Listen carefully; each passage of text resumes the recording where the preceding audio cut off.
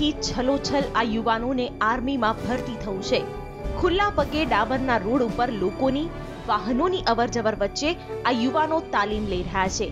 Warm up, running, jumping, drilling કે monkey jump કરતા આ યુવાનો આર્મીમેન કે ફૌજી નથી, બસ તેમના દિલમાં ભાવના છે દેશ પર મરી મિટવું છે। જ્યારે ઇન્ડિયન આર્મીની ભરતી આવેલી ત્યારે મેં એકલો જ પ્રેક્ટિસ કરતો હતો, પણ ત્યાર પછી મને લાગ્યું કે આપણા ગુજરાતમાં કે ભારતીય સેના પ્રત્યે જે રસ છે એ બહુ ઓછો છે। કેટલાક જવાનો આપણા દેશની બોર્ડર પર માતૃભૂમિની રક્ષા કરતી વખતે શહીદ થાય છે, તો આપણા ગુજરાતમાંથી કેમ ઓછા લોકોને ભારતીય સેનામાં ઇન્ટરેસ્ટ ઓછો છે। તો મને એ દ્વારા પ્રેરણા મળી કે આપણે એક ગ્રુપ ચાલુ કરવો જોઈએ। ડિંડોલી વિસ્તારમાં દરરોજ રોડ પર તાલીમ લઈને તેમાંના 7 મિત્રો આર્મી, બીએસએફ અને સીઆરપીએફ કે અન્ય સર્વિસીસમાં જોડાઈ ચૂક્યા છે। અત્યારે 35 જેટલા યુવાનો આ તાલીમ લઈ રહ્યા છે। કોઈ એક્સપર્ટ કોચ કે ટ્રેનર પણ તેમની પાસે નથી।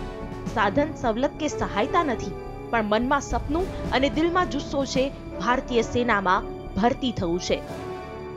पुलवामा में जब अटैक हुआ उसके बाद यहाँ पे हमारे लड़के काफ़ी मेहनत से प्रैक्टिस कर रहे हैं, और जो अटैक हुआ तो देशवासियों को कुछ डरने की ज़रूरत नहीं है, क्योंकि अगर 42 जवान वहाँ पे शहीद हो सकते हैं तो यहाँ पे 4000 जवान तैयार हो रहे हैं। अभी भी हमारे लड़कों में काफ़ी जोश और उत्साह है, जो देश की सेवा करने के लिए आज भी तैयार है।